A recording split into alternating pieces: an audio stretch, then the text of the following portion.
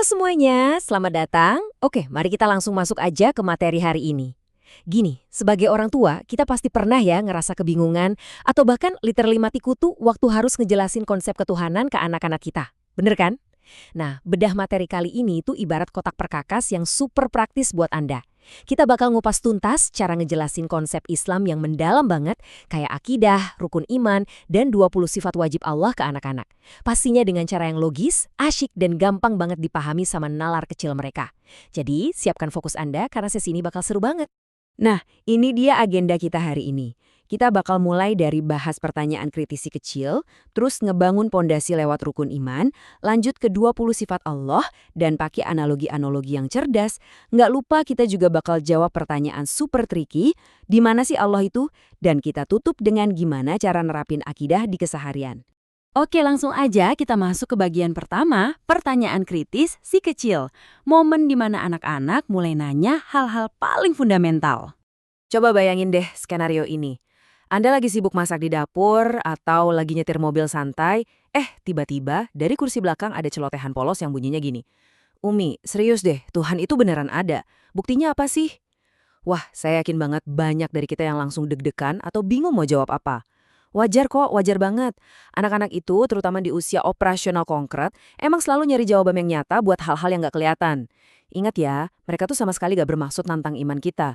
Mereka cuma butuh bukti yang masuk akal buat nalar kecil mereka. Nah, kepanikan tadi membawa kita ke bagian 2, pondasi dasar, yaitu rukun iman. Gimana caranya kita bikin dasar teologis yang kokoh buat ngejawab keraguan mereka? 6 rukun iman ini sebenarnya ngasih kita struktur teologis yang absolut banget. Ini tuh bukan sekedar hafalan lisan di sekolah loh. Ini sistem pemikiran yang super kokoh. Dari percaya ke Allah sampai puncaknya di Qoda dan Qadar, rukun iman ini ibarat anak tangga yang harus diinjak satu-satu.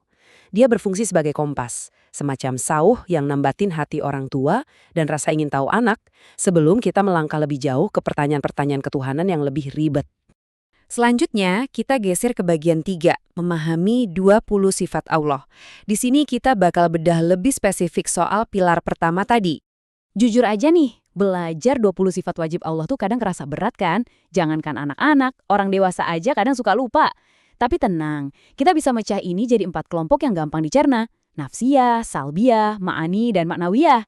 Daripada kita maksa anak ngapalin istilah Arab yang susah tanpa ngerti artinya, mending kita fokus ke makna sederhananya. Contohnya nih, sifat wujud. Udah, sampaiin aja dengan simple, Allah itu pasti ada. Dan tahukah Anda rahasianya?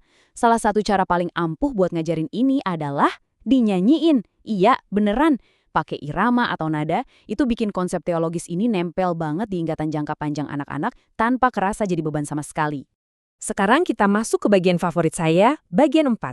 Analogi memahami pencipta. Gimana ngehubungin sesuatu yang nggak kelihatan dengan yang ada di depan mata. Karena anak-anak mikirnya masih konkret, mereka butuh perbandingan fisik. Gini caranya. Coba ajak anak Anda tarik napas panjang. Terus tanya, adik bisa lihat nggak oksigen yang barusan dihirup? Pasti jawabannya, nggak bisa.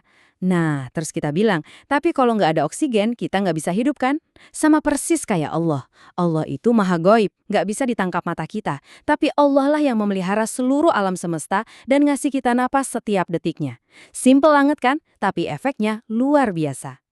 Atau kita bisa coba pendekatan sentuhan. Suruh anak Anda pegang telinganya. Atau ingetin waktu mereka lagi sakit gigi. Terus tanya deh, bisa nggak kamu lihat telingamu sendiri tanpa cermin? Nggak bisa.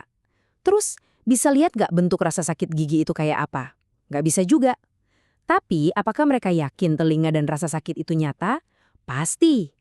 Nah, kehadiran Allah juga kerja dengan cara yang mirip. Kita nggak butuh cermin fisik buat ngelihat Allah. Kita bisa ngerasain kehadirannya secara nyata lewat iman dan hati kita.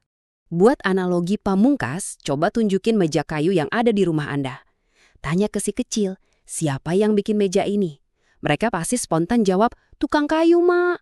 Logika dasarnya kelihatan banget di sini.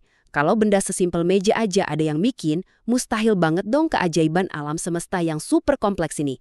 Kayak matahari yang bersinar, gunung yang tinggi, lautan yang luas, bisa tiba-tiba muncul sendiri kayak trik sulap. Benda buatan itu bukti mutlak adanya si pembuat. Jadi alam semesta yang maha luas ini adalah bukti tak perbantahkan adanya sang pencipta yang maha hebat. Kalau logika mereka udah jalan, nah kita harus siap masuk ke bagian 5, menjawab di mana Allah. Ini tuh bagian krusial banget biar nggak salah kaprah. Kunci utamanya di sini, jangan pernah kasih wujud fisik atau ngebatasin Allah di satu ruang tertentu. Waktu anak nanya, Allah itu di mana? Jangan sampai kita jawab seolah-olah Allah ada di suatu tempat fisik kayak manusia yang butuh rumah. Alih-alih gitu, jelasin pelan-pelan kalau bumi ini tuh ibarat cuma setitik debu dari seluruh ciptaannya. Arahkan obrolannya ke gimana kita bisa ngerasain kehadiran Allah lewat ciptaannya, kebesarannya, dan perlindungannya setiap hari. Dan kalau mereka kangen atau pengen banget lihat Tuhan, kasih senyuman dan yakinin mereka kalau kelak kita semua bakal ketemu Allah di surga. Pendekatan kayak gini tuh ngasih mereka harapan yang indah dan motivasi beramal, bukan malah bikin bingung. Akhirnya, teori harus jadi praktek kan? Kita sampai di bagian 6, menanamkan akidah sehari-hari, mengubah keyakinan jadi aksi nyata. Gini, iman dan ibadah itu emang nggak bisa dipisahin.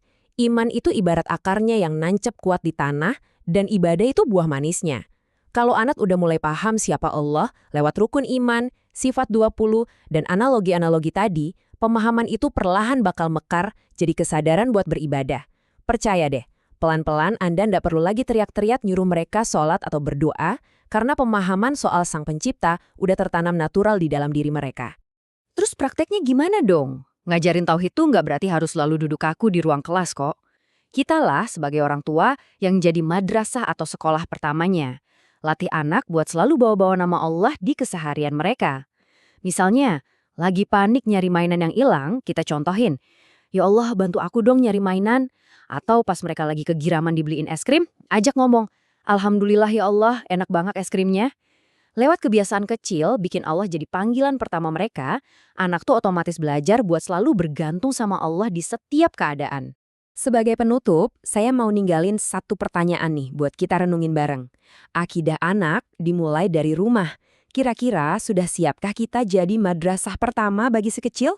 Mau kita hafal teori akidah setebel apapun, itu nggak bakal maksimal kalau nggak ada teladan langsung dari orang tua di rumah. Saya benar-benar berharap sesi bedah materi kita kali ini bisa ngasih Anda insight, nambah pede, dan pastinya ngasih cara yang asyik buat mulai ngobrolin Sang Pencipta sama buah hati. Terima kasih banyak udah nemenin saya di sesi ini. Terus semangat belajar dan jadilah guru kehidupan yang paling luar biasa buat anak-anak Anda. Sampai jumpa!